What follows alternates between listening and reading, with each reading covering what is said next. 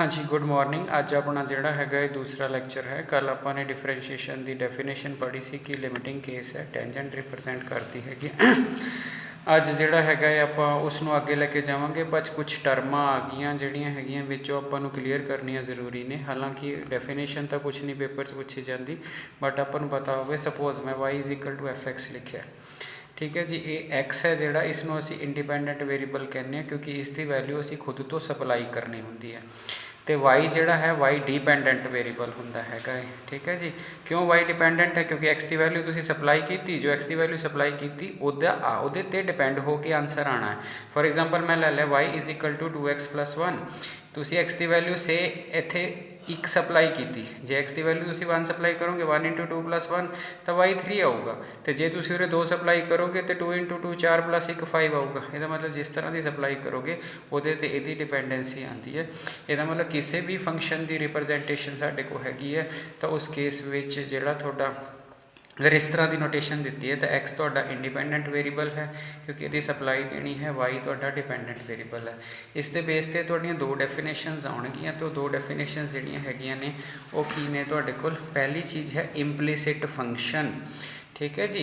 और इंप्लीसिट फंक्शन की डेरीवेटिव सानू ठीक ठाक सिलेबस के विच हैगी है तुहाडे कोल। तो इंप्लीसिट फंक्शन जिहड़ा हैगा तुहाडे कोल dependent variable is not isolated on one side.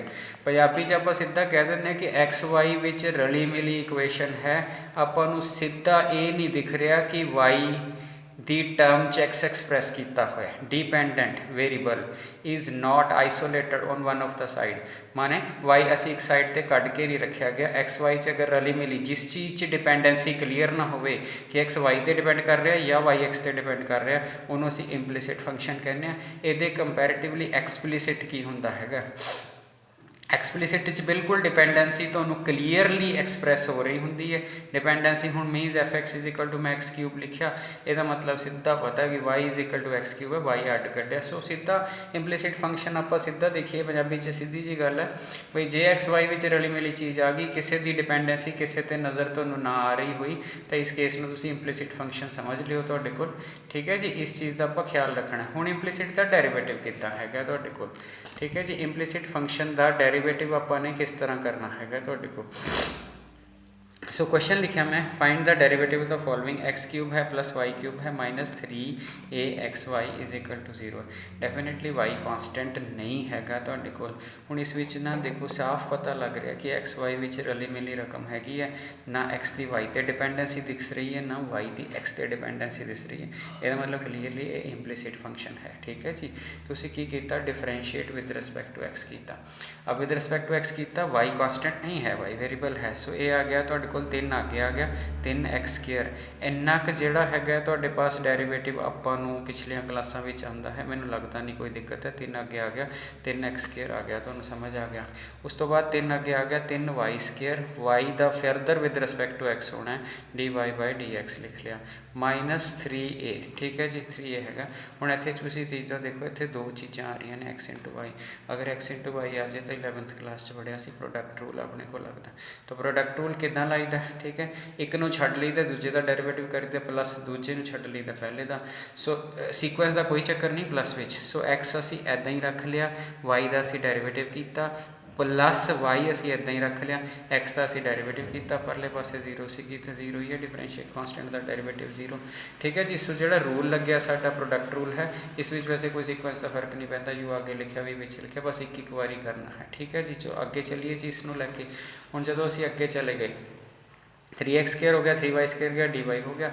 इत्थे की होया 3a dy/dx as a notation रहना ही रहना है, क्योंकि y का विद रिस्पैक्ट टू x है, ठीक है। वो दूसरे वाला जोड़ा है वो कला y रह गया इक्वल टू 0। हूँ कुछ नहीं करना, dy/dx वाली एक टर्म आ पई है, एक टर्म आ पई, ये दोनों अलग कर लेनिया ने। वो आ अलग कर लिया, फालतू वाली एक आ पई है, एक आ पई है, ये दोनों अलग कर लेनिया ने। अलग कर लिया, इस चीज़ को इस तरफ ले आए तो नैगेटिव आ गया, डिवाइड करता तो कॉमन करके कटता, साडा क्वेश्चन हो गया। सो इंप्लीसिट फंक्शन की एक एक्सरसाइज पूरी है। ये तो जस्ट एक आइडिया दिता है, आइडिया इस करके दिता है तुहाडे कोल क्योंकि ये टर्मां किते मैं यूज़ कर लेनिया ने, तो फिर आप कन्फ्यूजन च आ जाने बई जिहड़ियां हैगियां टर्म है। बाकी मैनू कल ये कहा गया सी ਵੀ ਤੁਸੀਂ ਸਿੱਧਾ ਐਪਲੀਕੇਸ਼ਨ ਆਫ ਡੈਰੀਵੇਟਿਵ ਤੋਂ ਸਟਾਰਟ ਕਰਤਾ ਤੇ ਜਿਹੜਾ ਹੈ ਡੈਰੀਵੇਟਿਵ ਤਾਂ ਪਿੱਛੇ ਰਹਿ ਹੀ ਗਿਆ। ਨਹੀਂ, ਐਸਾ ਕੁਝ ਨਹੀਂ ਹੈ। ਜਦੋਂ ਆਪਾਂ ਡੈਫੀਨੇਸ਼ਨ ਪੜ੍ਹਦੇ ਹਾਂ ਤਾਂ ਡੈਫੀਨੇਸ਼ਨ ਜਿਹੜੀ ਹੈਗੀ ਹੈ ਉਹ slope of tangent at particular point limiting case represent ਕਰਦੀ ਹੈ। ਉਸ ਡੈਫੀਨੇਸ਼ਨ ਨਾਲ ਮੈਂ ਕੋਰਿਲੇਟ ਕਰਨ ਲਈ ਆ ਸ਼ੁਰੂ ਕਰ ਦਿੱਤਾ। ਬਾਕੀ ਆਪਾਂ ਡੈਰੀਵੇਟਿਵ ਇੱਕ ਟਾਈਪ ਹੈ, ਜਿਵੇਂ ਇੰਪਲੀਸਿਟ ਫੰਕਸ਼ਨ ਹੈ ਤਾਂ ਇੰਪਲੀਸਿਟ ਫੰਕਸ਼ਨ ਦੁਬਾਰਾ ਕਰਾਉਂਗਾ, ਪੈਰਾਮੀਟਰਿਕ ਫੰਕਸ਼ਨ ਹੈ ਦੁਬਾਰਾ ਉਹ ਇੱਕ टाइप 1 टाइप 2 टाइप 3 लिख के कली चीज़ करांगे। सो ऐसा ना सोचना कि एप्लीकेशन ऑफ डेरिवेटिव स्टार्ट हो गया है तो बस हुणे ही चली जाना हैगा, ठीक है जी। सो अगले क्वेश्चन ते आए, फेर एक्स वाई दे विच रली मिली रकम पई है साडे कोल तुहाडे कोल, ठीक है जी। फेर इंप्लीसिट फंक्शन है पता लग गया, differentiate with respect to X, 2/3 आगे आ गया, एक्स आ गया, 2/3 चो -1 हो गया, D D X of x आना जो कि इत्थे तुहाडे कोल 1 आ जाना, इस करके दिक्कत नहीं की। 2/3 आगे आ गया, ठीक है, वाई की वैल्यू 2/3 -1 आ गई। हुण डी डी एक्स किहदा करना, इस वाई का करना है। परले पासे कॉन्सटेंट सी, कॉन्सटेंट की वैल्यू जी है तो 0 आ जानी हैगी है, ठीक है जी। उस तो आगे की करना, कुछ भी नहीं कि 2/3 चो 1 कटिया 1/3 आ गया, 1/3 आ गया, इनू इस तरफ ले जो तो डिवाइड कर लिया तो तुहाडा क्वेश्चन हो गया। इट मीनस तुहानूं ये पता लग गया हुण इंप्लीसिट फंक्शन कहते किनू ने तो इंप्लीसिट फंक्शन का डेरिवेटिव किस तरह करना, कुछ आइडिया हो गया। और इत्थे मैं ये अज्यूम करके चलदा वां कि 11th क्लास का डेरिवेटिव सानू सारा आंदा हैगा है। जे सानू 11th की दिक्कत है तो मैं इस लैक्चर के लास्ट में थोड़ा जिहा आइडिया दे देना, पर 11th क्लास की कॉपी जरूर देख लेना, ठीक है जी। आगे देखो, अगला जिहड़ा क्वेश्चन है ये 100% जिहड़ा हैगा तुहाडे कोल श्योर क्वेश्चन है, जिसने पेपर दे विच आना ही आना है। और पेपर च वो नहीं, उन्होंने जरूरत नहीं होंगी ड्रा करन दी, बट तुसी ड्रा जरूर करना है। ड्रा करे तो इन्नी क ज़्यादा सिचुएशन क्लीयर हो जाती है कि तुहानूं आराम नाल पता लग जाऊगा। पहले मैं स्टेटमेंट पढ़न जा रहा, मैं तुहाडे कोल स्टेटमेंट नूं ध्यान नाल देखना। Find the point on the parabola, find the point on the parabola, parabola ते पॉइंट दसो। पैराबोला तुहानूं दिता होया है where tangent is parallel to the line joining this and this, where tangent is parallel to line joining this तुहाडे कोल। तो यदा मतलब की होया, यदा मतलब होया कि एक तो क्वेश्चन दे विच पॉइंट लभने ने, ठीक है जी। Where tangent is parallel to, यदा मतलब जिहड़ी तुसीं टेंजेंट ड्रा करते हो इस लाइन के पैरेलल होनी चाहिए है। पैरेलल होने का मतलब है कि स्लोप सेम होनी चाहिए है। सब तो पहला आप क्या करते हैं, आप पैराबोला ड्रा करना सीख लैंदे हैं, ठीक है जी। 11th क्लास जाओ, अगर x square equal to 4ay हुंदा सीगा तो डेफिनेटली अबाउट पॉजिटिव y तुसीं ट्रेस करते सीगे, ठीक है जी। पॉजिटिव y ये तुहानूं 11th क्लास का आंदा है। इत्थे थोड़ा जिहा ये शिफ्ट होया होया, शिफ्ट होया होया दा मतलब है तुहाडे कोल y है, इत्थे भी y है, is equal to X square है, बट इत्थे एक्स स्क्वेयर नहीं, x-3 का स्क्वेयर है। सो अगर 11th क्लास ध्यान नाल कीता तो सोचो y नूं अगर मैं कैपिटल Y नोटेशन ले ला, x-3 नूं मैं कैपिटल X नोटेशन ले ला तो बिल्कुल अबाउट y एक्सिस वाला पैराबोला स्टैंडर्ड फॉर्म च बन गई। इहदा मतलब होया कि हुण थोड़ा फोकस की होगा, इसका फोकस की हुंदा हैगा थोड़ी, सॉरी जिहड़ा हैगा तुहाडे कोल वर्टेक्स, ठीक है जी। मैं वर्टेक्स की गल कर रहा मैं तुहाडे कोल, तो इहदा x0 तो y0 क्योंकि आ वाला पोर्शन हैगा है, ठीक है।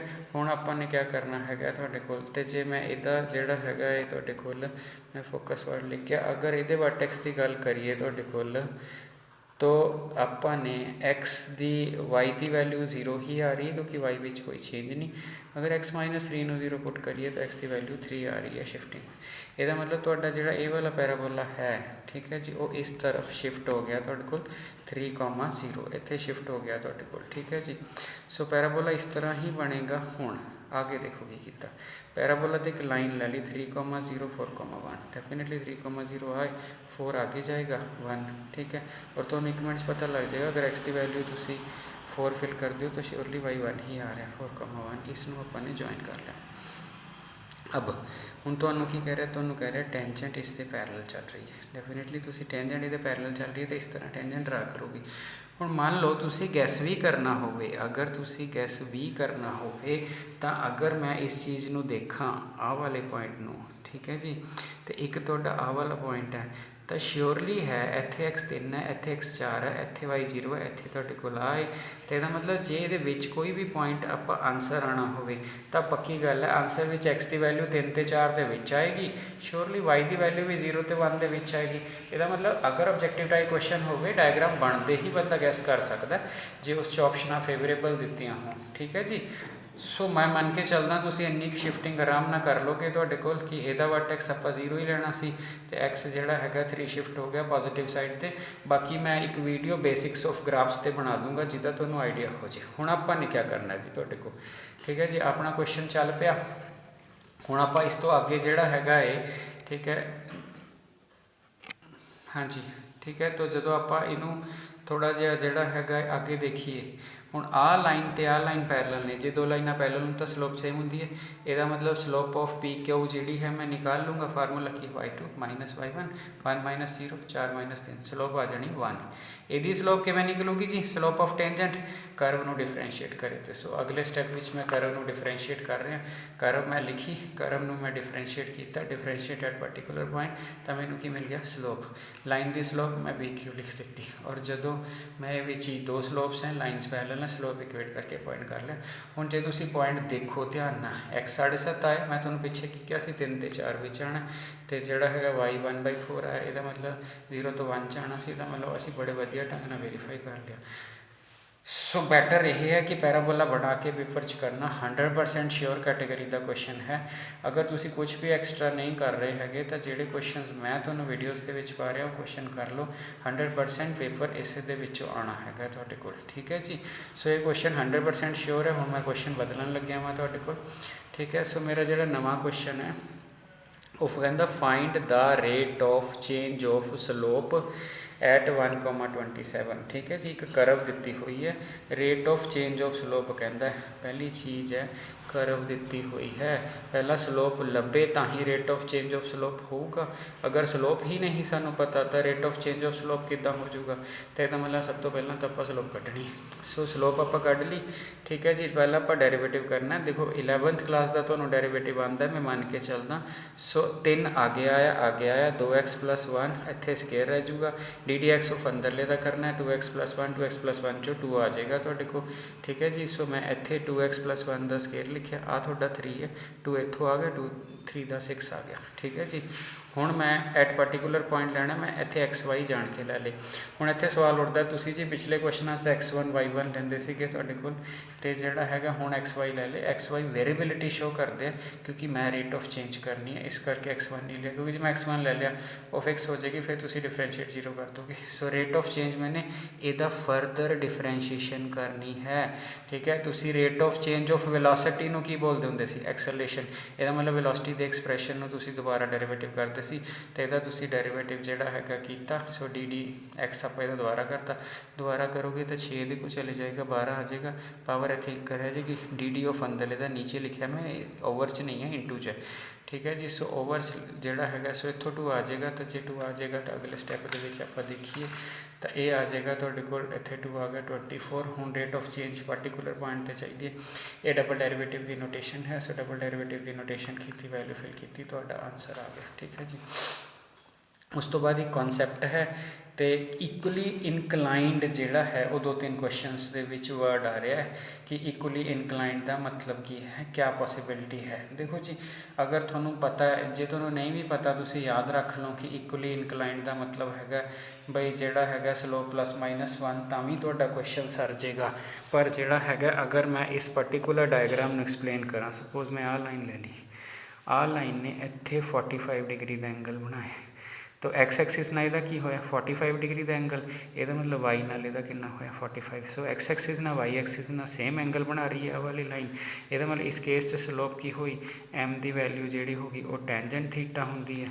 ਸੋ ਟੈਂਜੈਂਟ 45 ਡਿਗਰੀ ਹੋ ਗਈ ਔਰ ਆਂਸਰ ਤੁਹਾਡਾ 1 ਆ ਗਿਆ। ठीक है जी। हुण मैं दूसरी तरह ले ला, मैं इस तरह लाइन ले ली, ठीक है जी। इस तरह लाइन जे मैं लई तुहाडे कोल, ठीक है। सो 45 इहदा इहदे नाल बन रहा, 45 इहदे नाल बन रहा तुहाडे कोल, बट मैं इत्थे -45 लिखिया। -45 इस करके लिखिया क्योंकि डायरैक्शन जिहड़ी है इस तरफ चल रही है और आपां जदों एंगल बनाने हुन्ने आ जिहड़ा हैगा स्लोप लई, उदों आपां कहने हुन्ने आ तुहाडे पास with positive direction of X axis. इहदा मतलब positive direction of X axis नाल इह की होया 145 डिग्री होया। ठीक है जी।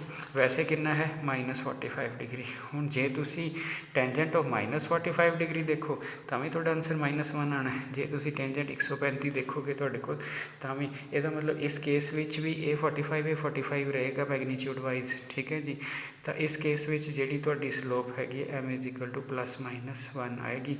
+1 45 करके आ जाएगी, माइनस वाली किद्दां आएगी वो मैं जे लै ला तुसी टेंजेंट जिहड़ा हैगा तुहाडे कोल, मैं चलो कल मैनू एक फीडबैक आई सी कि वीडियो दे विच पूरा कवर नहीं हुंदा हैगा। चलो मैं जिहड़ा कल पहली बार बनाई सी कुछ रह जांदियां, अज देखो भी अज कवर हो रहा है। सो अगर मैं टेंजेंट 135 डिग्री देखा तो यह -1 हुंदा है। अगर मैं टेंजेंट -45 डिग्री देखा तो यह भी -1 है, क्योंकि चौथे क्वाड्रेंट चो माइनस बाहर आ जाना। सो इस करके ये -45 है। तो आपां की करना, आपां नूं इन्ना लंबा चौड़ा चक्कर है नहीं इक्वली इनकलाइंड का। अब अगर कितने वर्ड इक्वली इनकलाइंड आ गया पूरे मैथ या कंपीटीशन च, तो एक चीज़ याद रखनी है, स्लोप +-1, बाकी चिंता कोई नहीं। ठीक है जी। मीनिंग चंगी तरह समझाता तो जो तुहानूं क्वेश्चन आ जान।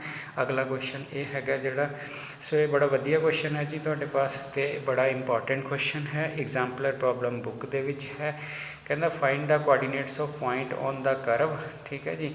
Eight which tangent is equally inclined to axes AXES है, प्लूरल है जी। Tangent is equally inclined to, इसका मतलब पहला टेंजेंट निकाल लो, इक्वली इनकलाइंड टू एक्सिस है, मतलब टेंजेंट की स्लोप एक बार +1 हुई, एक बार -1 हुई। सो कितना सौखा क्वेश्चन है जब अपन उहदा मीनिंग समझ आ गया। सो सब तो पहला आपां की किया, इक्वली इनकलाइंड मीन स्लोप +-1। ठीक है। अगर आप x ते y की वैल्यू 4 आ लीए, इक्वेशन क्वेश्चन दी हुई है, आप डिफरेंशिएट किया, पावर अगे लिया, एक घट गया, पावर अगे लिया, एक घट गया, dy/, ठीक है जी, दिस यदि वैल्यू निकल गई, ये चीज़ आ गई। क्या ये स्लोप है? नहीं, पर्टिकुलर पॉइंट में यूज़ करना पड़ेगा। सो पर्टिकुलर पॉइंट आप यूज़ कर ली, x1 y1, तो स्लोप आ गई। ठीक है जी। हुण इस स्लोप -1 भी हो सकती है, +1 भी हो सकती है। आप इस स्लोप को -1 के बराबर इक्वेट किया। इस क्वेश्चन में अल्टरनेटिवली भी किया थोड़ा जहा कैलकुलेशन, वो ज़्यादा बैटर है, पर दोनों समझ लो।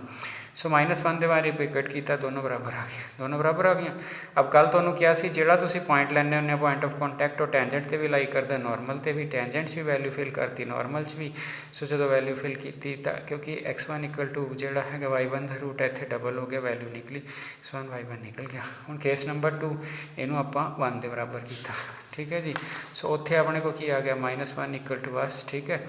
तो आपां जिहड़ा हैगा ये वैल्यू जो फिल करांगे, ये सेम चीज़ कट जू, 0 = -4 नहीं आना। ऑब्जर्व रिजल्ट, यदा मतलब केस सैकेंड चो सानू कुछ नहीं मिलिया, केस 1 वाला ही पॉइंट है। हुण जे केस 1 और केस 2 के चक्कर में नहीं पैना, तो उस केस के विच आपां ने क्या करना है, आप सिंपली उस स्लोप नूं +- इकट्ठा लिख लो, स्केयरिंग कर दो, +- दोनों पासों हट गया, x1 = y, अल्टरनेट ज़्यादा बैटर है। सो ध्यान नाल करना, तुहाडे कोल कन्फ्यूजन नहीं क्रिएट होंदी बच्चे नूं। x1 = y1 आ गया। ठीक है जी। तो जिहड़ा हैगा तुहाडे कोल उस तो बाद x1 की थां ते y1, जो तुसीं x1 + y1 4 हैगा ही है, जो x1 की थां ते y1 फिल करोगे, x1 y1 की वैल्यू आ गई। सो ज़्यादा ऑप्शन वधिया होगी, क्लीयर। अगले क्वेश्चन पर आ जाइए आप। ठीक है जी। अगला क्वेश्चन 100% श्योर पेपर में आने वाला है, मैं ऊपर लिख दिता 100% श्योर क्वेश्चन। तो इस क्वेश्चन को तुसी बहुत ही ध्यान नाल समझना है। तो जिहड़ा हैगा तुहाडे कोल, तो की कह रहा क्वेश्चन, ठीक है, y = 4x³ - 2x5 for the curve, find all the point at which tangent passes through origin. तो पहले नंबर ते क्या लभना है, फाइंड ऑल द पॉइंट्स एक नालों ज़्यादा होंगे, at which tangent passes through origin. Tangent passes through origin मतलब टेंजेंट की जिहड़ी इक्वेशन है वो रीजन चो पास करती है। इसका मतलब सब तो पहला आप टेंजेंट लभी है ना, टेंजेंट की इक्वेशन। सो आप कर्व ले ली, डिफरेंशिएट किया, करता, डिफरेंशिएट एट पर्टिकुलर पॉइंट क्या होंदा, स्लोप। ठीक है जी। सो स्लोप आ गई। ओके। इक्वेशन ऑफ टेंजेंट की होंदी है, y - y1 m × x - x1। Surely यही होंगी है इक्वेशन ऑफ टेंजेंट। ठीक है। स्लोप आ गई, कित्थे आई है स्लोप, आ वाली स्लोप आ गई। सो आ स्लोप इत्थे फिल कर देनी है आप। सो फिल करके आपने क्या कर दिता, तुहाडे कोल y - y1 इत्थे स्लोप फिल कर दी। सो स्लोप फिल कर दी तुहाडे पास वैल्यू। तो हुण आगे की किया होया, आपां क्या सी, tangent passes through origin, tangent passes through origin. ठीक है जी। तो तुहाडे कोल जिहड़ा हैगा है, तुसी ਇਹਦੇ ਵਿੱਚ ਜਿੱਥੇ x ਔਰ y ਹੈ ਉੱਥੇ 0 ਡਾਲ ਦੇਣਾ, ਇੱਥੇ x ਇੱਥੇ y 0 0, ਕਿਉਂਕਿ ਜਿਹ 'ਚੋਂ ਪਾਸ ਕਰਦੀ ਉਹ x y ਨੂੰ ਸੈਟਿਸਫਾਈ ਕਰਦੀ ਹੁੰਦੀ। ਸੋ 0 ਲਾਤਾ, ਤੁਹਾਡੇ ਕੋਲ 0 ਡਾਲਤਾ, ਇੱਥੇ ਤੁਹਾਡੇ ਕੋਲ 0 ਆ ਗਿਆ, ਇੱਥੇ ਤੁਹਾਡੇ ਕੋਲ 0 ਆ ਗਿਆ। ਇਸ ਨੂੰ ਇਹਨਾਂ ਮਲਟੀਪਲਾਈ ਕੀਤੀ, ਨੈਗੇਟਿਵ ਇਸ ਨੈਗੇਟਿਵ ਨਾਲ ਕੈਂਸਲ ਹੋ ਗਿਆ, ਤਾਂ 12 ਨਾਲ x 3 ਆ ਗਿਆ, 10 ਨਾਲ x 5 ਆ ਗਿਆ। ਠੀਕ ਹੈ ਜੀ, ਹੁਣ ਇਹ ਵਾਲੀ ਚੀਜ਼ ਹੋ ਗਈ ਤੁਹਾਡੇ ਕੋਲ। ਅਗਲਾ ਪੁਆਇੰਟ, ਹੁਣ ਅਗਲਾ ਪੁਆਇੰਟ ਹੈ ਤੁਹਾਡੇ ਕੋਲ ਬਈ ਤੁਹਾਨੂੰ ਕੱਲ੍ਹ ਦੱਸਿਆ ਸੀ ਵੀ ਜਿੱਥੇ ਅਟਕ ਜਾਓ ਉੱਥੇ ਇੱਕ ਚੀਜ਼ ਦਾ ਖਿਆਲ ਰੱਖਣਾ, ਜਿਸ ਪੁਆਇੰਟ 'ਤੇ ਟੈਂਜੈਂਟ ਲਈ ਹੈ, ਜਿਸ ਪੁਆਇੰਟ 'ਤੇ ਨੋਰਮਲ ਲਿਆ, ਉਹ ਪੁਆਇੰਟ ਪੱਕਾ ਕਰਵ 'ਤੇ ਲਾਈ ਕਰਦਾ ਹੈ। ਇਹਦਾ ਮਤਲਬ ਆਹ ਪੁਆਇੰਟ ਕਰਵ 'ਤੇ ਲਾਈ ਕਰਦਾ। ਕਰਵ ਕੀ ਸੀ, ਸਟਾਰਟਿੰਗ ਦਿੱਤੀ ਹੋਈ ਸੀ y = 4x³ - 2, ਉੱਥੇ 1 1 ਫਿਲ ਕਰ ਦਿੱਤਾ। ਹੁਣ ਦੇਖੋ y ਹੀ ਆ ਹੈ, y1 ਹੀ ਆ ਹੈ, ਦੋ ਸੇਮ ਵੈਲਿਊਜ਼ ਨੇ, ਸੇਮ ਵੈਲਿਊਜ਼ ਹਨ ਤਾਂ ਤੁਸੀਂ ਇਕੁਏਟ ਕਰ ਸਕਦੇ ਹੋ, ਬਿਲਕੁਲ ਕਰ ਸਕਦੇ ਹੋ। ਇਕੁਏਟ ਇਕੁਅਲ ਵੈਲਿਊਜ਼, ਇਕੁਅਲ ਵੈਲਿਊਜ਼ ਨੂੰ ਆਪਾਂ ਨੇ ਇਕੁਏਟ ਕਰ ਦੇਣਾ ਹੈਗਾ। ਸੋ ਇਕੁਏਟ ਇਕੁਅਲ ਵੈਲਿਊਜ਼, ਆਪਾਂ ਇਕੁਅਲ ਵੈਲਿਊਜ਼ ਇਕੁਏਟ ਕਰਤੀਆਂ। ਠੀਕ ਹੈ ਜੀ, ਅਤੇ ਕੋਈ ਚੱਕਰ ਨਹੀਂ, ਸਾਊਂਡ ਦਾ ਵਿੱਚ ਫੋਨ ਵੱਜ ਵੀ ਜਾਂਦਾ ਹੁੰਦਾ ਕਈ ਵਾਰ। ਠੀਕ ਹੈ, ਕੋਈ ਬਹੁਤਾ ਲੰਬਾ ਚੌੜਾ ਚੱਕਰ ਨਹੀਂ। ਦੇਖੋ ਲਾਈਫ 'ਚ ਨਾ ਹਮੇਸ਼ਾ ਪੋਜ਼ੀਟਿਵ ਸਾਈਡ ਦੇਖੀ ਦੀ ਹੁੰਦੀ ਹੈ, ਨੈਗੇਟਿਵ ਸਾਈਡ ਨਹੀਂ ਦੇਖੀ ਦੀ ਹੁੰਦੀ। ਠੀਕ ਹੈ ਜੀ, ਜਿਸ ਤਰ੍ਹਾਂ ਦੇ ਹਾਲਾਤ ਨੇ ਉਸ ਤਰ੍ਹਾਂ ਆਪਾਂ ਨੂੰ ਕੁਛ ਵੀ ਪੜ੍ਹਨ ਨੂੰ ਮਿਲਦਾ ਹੈ, ਤਾਂ ਕੋਈ ਦਿੱਕਤ ਵਾਲੀ ਗੱਲ ਨਹੀਂ। ਜਦੋਂ ਲੈਕਚਰ ਖਤਮ ਕਰੂੰਗਾ ਨਾ, ਤੁਹਾਨੂੰ ਇੱਕ ਸਟੋਰੀ ਸੁਣਾਊਂਗਾ 1 ਮਿੰਟ ਦੀ। ਠੀਕ ਹੈ ਜੀ, ਸੋ ਜਿਹੜਾ ਹੈਗਾ ਤੁਹਾਡੇ ਕੋਲ ਇੱਥੇ 8x1³ ਆਪਾਂ ਕਾਮਨ ਨਿਕਾਲ ਲਿਆ। ਸੋ 1 - x1 ਦਾ ਸਕੇਅਰ = 0 ਆ ਗਿਆ। ਸੋ ਇੱਥੋਂ x1 = 0 ਆ ਗਿਆ, ਤਾਂ x1 ਦੀ ਵੈਲਿਊ ਜਿਹੜੀ ਹੈ ਪਲੱਸ ਮਾਈਨਸ ਜਿਹੜੀ ਹੈਗੀ ਹੈ 1 ਆ ਗਈ, ਔਰ ਬੜੇ ਆਰਾਮ ਨਾਲ। ਤਾਂ x1 ਦੀ ਜਿਹੜੀ ਵੈਲਿਊ ਆ ਗਈ। ਠੀਕ ਹੈ ਜੀ, ਉਸ ਤੋਂ ਬਾਅਦ ਅਗਰ ਮੈਂ x1 0 ਲੈਣਾ ਵਾ ਤਾਂ ਉਹਦੇ ਕੋਰਸਪੋਂਡਿੰਗ y1 0, ਅਗਰ ਮੈਂ x1 1 ਲੈਣਾ ਉਹਦੇ ਕੋਰਸਪੋਂਡਿੰਗ y1 ਦੀ ਵੈਲਿਊ ਨਿਕਲ ਜੂਗੀ। ਤਾਂ ਜਿਹੜਾ ਹੈਗਾ ਤੁਹਾਡੇ ਕੋਲ x1 y1 ਦੀ ਵੈਲਿਊ ਜਿਹੜੀ ਹੈਗੀ ਆ ਗਈ। ਠੀਕ ਹੈ ਜੀ, ਸੋ ਇਹਦਾ ਮਤਲਬ ਹੈ ਤੁਹਾਡੇ ਕੋਲ ਆਪਾਂ ਪੁਆਇੰਟਸ ਲੱਭ ਲਏ। ਸੋ ਇਹ ਕੁਐਸਚਨ ਜਿਹੜਾ ਹੈ ਇਹ ਪੱਕਾ ਪੇਪਰ ਦੇ ਵਿੱਚ ਆਉਂਦਾ ਹੈ। ਹੁਣ ਇੱਥੇ ਤੱਕ ਤਾਂ ਸੀ ਆਪਣਾ ਮੇਨ ਟੌਪਿਕ। ਇਸ ਤੋਂ ਬਾਅਦ ਇਹ ਹੈ ਕਿ ਜੇ ਕੋਈ ਬੱਚਾ ਡੈਰੀਵੇਟਿਵ 'ਚ ਵੀਕ ਹੈ, ਉਹਨੂੰ 11th ਕਲਾਸ ਦਾ ਕੁਛ ਨਹੀਂ ਆਉਂਦਾ ਹੈਗਾ, ਤਾਂ ਉਹ 11 ਦੇ ਨੋਟਸ ਦੇਖ ਲਏਗਾ। ਅਤੇ ਮੈਂ ਬੇਸਿਕ ਮਾੜਾ ਜਿਹੇ ਨੋਟਸ ਲਿਖੇ ਨੇ ਤੁਹਾਡੇ ਕੋਲ, ਉਹ ਦੇਖ ਲਿਓ। ਹੁਣ ddx ਆਫ ਕਾਂਸਟੈਂਟ ਆਪਾਂ ਨੇ 0 ਲਿਖਿਆ, ਪਹਿਲਾ ਫਾਰਮੂਲਾ ਹੁੰਦਾ। ਹੁਣ ਜੇ ਬੰਦਾ ਸਵਾਲ ਪੁੱਛ ਲੈ ਸਰ ਪਤਾ ਕਿਵੇਂ ਲੱਗਿਆ ਜੀ ddx ਆਫ ਕਾਂਸਟੈਂਟ 0 ਹੁੰਦਾ ਹੈਗਾ, ਤਾਂ ਸਿੱਧਾ ਜਿਹਾ ਫਾਰਮੂਲਾ, ਕਾਂਸਟੈਂਟ ਦੀ ਜਿਹੜੀ ਸਲੋਪ ਹੋਊਗੀ, ਅਗਰ ਤੁਹਾਨੂੰ ਗ੍ਰਾਫ ਬਣਾਉਣਾ ਆਉਂਦਾ ਤਾਂ ਕਾਂਸਟੈਂਟ ਲਾਈਨ ਜਿਹੜੀ ਹੋਏਗੀ ਪੈਰਲਲ ਟੂ x ਐਕਸਿਸ ਹੋਏਗੀ, x ਐਕਸਿਸ ਦੀ ਸਲੋਪ 0 ਹੈ, ਇਸ ਕਰਕੇ ਆਂਸਰ 0 ਆਏਗਾ। ਸੋ dy x ਦਾ 1 ਹੁੰਦਾ ਪਤਾ, sin x ਦਾ cos x ਹੁੰਦਾ। ਅਗਰ x raise to the power n ਹੋਵੇ ਤਾਂ n ਅੱਗੇ ਆ ਜਾਂਦਾ, xn - 1 definitely ddx of x ਨਾਲ ਲਿਖੀਦਾ ਉਹ 1 ਆ ਜਾਂਦਾ। ਸੋ ਅਗਰ sin 2x ਹੈ ਤਾਂ ਇਹਦਾ cos 2x ਬਣ ਜਾਏਗਾ ਤੁਹਾਡੇ ਕੋਲ।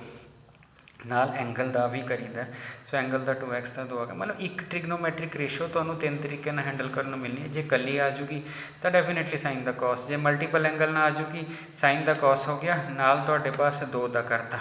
ਜੇ ਵਿਦ ਪਾਵਰ ਆ ਜੇ, ਸੋ ਵਿਦ ਪਾਵਰ ਆ ਜੇ ਤਾਂ ਧਿਆਨ ਨਾਲ ਲਿਖਣਾ, ਪਾਵਰ ਨੂੰ ਬਾਹਰ ਕੱਢ ਕੇ ਲਿਖ ਲੈਣਾ। ਹਾਂਜੀ, ਜਿਸ ਨੂੰ 11 ਦਾ ਬਿਲਕੁਲ ਕਲੀਅਰ ਹੋ ਇਹ ਪਾਰਟ ਵੀਡੀਓ ਦਾ ਛੱਡ ਸਕਦਾ, ਉਹਨੂੰ ਕੋਈ ਦਿੱਕਤ ਨਹੀਂ ਗੀ ਵੀ ਉਹ ਇਹ ਨਾ ਸਮਝੇ ਮੈਂ ਬੋਰ ਹੋ ਰਿਹਾ।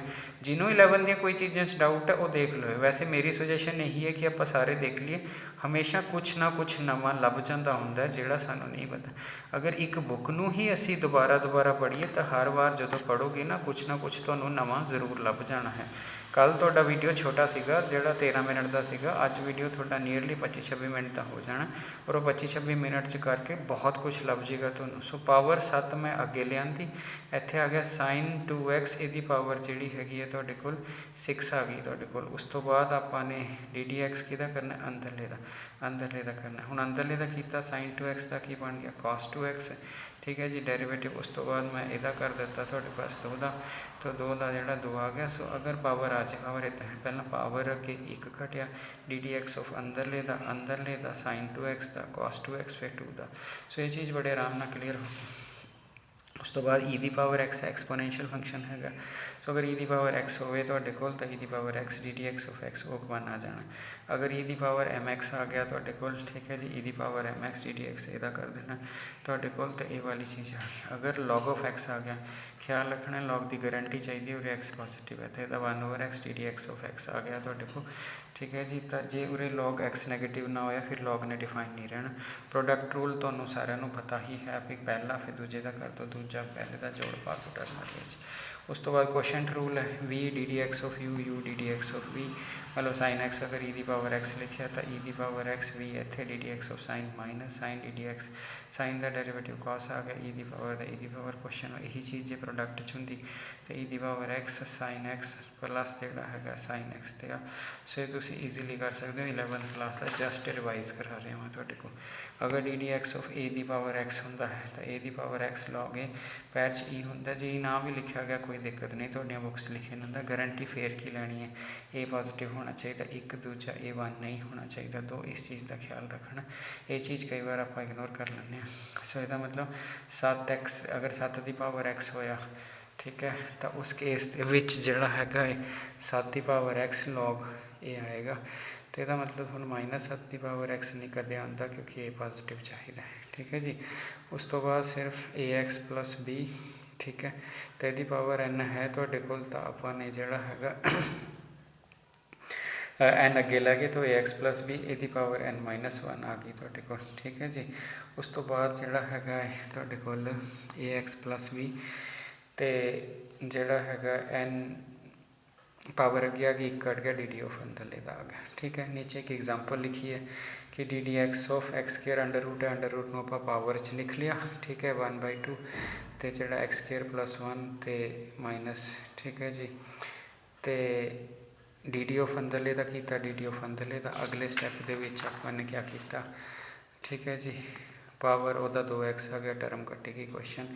अगे मैं थोड़े जे फार्मूले लिखे ने, ठीक है जी। तो फार्मूले लिखे ने तुहाडे कोल कि कॉस है माइनस साइन है, ये तुहानूं फार्मूले ऑलरेडी आते हैं तो तुसीं देख भी ले। ठीक है। विच तुहानूं मैं वीडियो दे गया सी, मैं तुहानूं एक स्टोरी सुनाऊँगा। ठीक है जी। सो एडिसन जिहड़ा सीगा जिन्हें तुहाडी डिस्कवरी की सी बल्ब की, तो जो वो 60+ एज सी तुहाडे कोल, तो उस केस उदों उहदी जिहड़ी फैक्ट्री लैबोरेटरीज सीगियां जिहड़ियां उन्हां नूं अग लग जाती है, तो वो लैबोरेटरियां जिहड़ियां हैगियां बुरी तरह जल रही होंदियां। तो वह मुंडा जिहड़ा चार्ली सीगा, ठीक है, तो वह आंदा कहंदा भी डैड साडी लैबोरेटरीज नूं सारियां नूं अग लगे सड़ रही ने। तो एडिसन जांदा देखदा अग लगी पई हुंदी है, ठीक है जी, लैबोरेटरीज उहदियां जल रही होंदियां ने। तो कहंदा भी आ चार्ली नूं कहंदा उस टाइम तुहाडे पास, ठीक है, कहंदा बई जा अपनी मम्मा नूं बुला लिया। ठीक है। ऐसी अग उन्हें कदे लगी नहीं देखी होनी। चार्ली नूं लग्या भी बापू पागल हो गया। ठीक है। पर जिहड़ा है तुहाडे कोल उस तो बाद जो सारियां लैबोरेटरीज उहदियां सड़ के सुआह हो गई, तो जो एडिसन ने कहा वो कहंदा भी रब भी जिहड़ा है, ठीक है, कुछ गल्लां ऐसियां करदा, कहंदा जी सारी उम्र जिन्नियां गलतियां मैं लैबोरेटरी कीतियां सी उन्हें साड़ के सुआह करतियां। ठीक है। चार्ली कल तो नवे सिरे तो काम करांगे, जिन्नियां हले तक गलतियां हुई सब खत्म, कल तो आपां दोबारा स्टार्ट करांगे। और जे इस चीज़ तो मोटिवेशन जे आपां लईए तो टाइम कोई भी होवे, सीखण दा तरीका कोई भी होवे, आपां सीख सकते हैं प्रोवाइडेड साडी इच्छा होवे। जे साडी इच्छा ही नहीं है, ठीक है, ना असी होमवर्क करना है तो ना असी लैक्चर देखना है या स्किप कर करके देखना, फिर नहीं लर्निंग की जा सकती।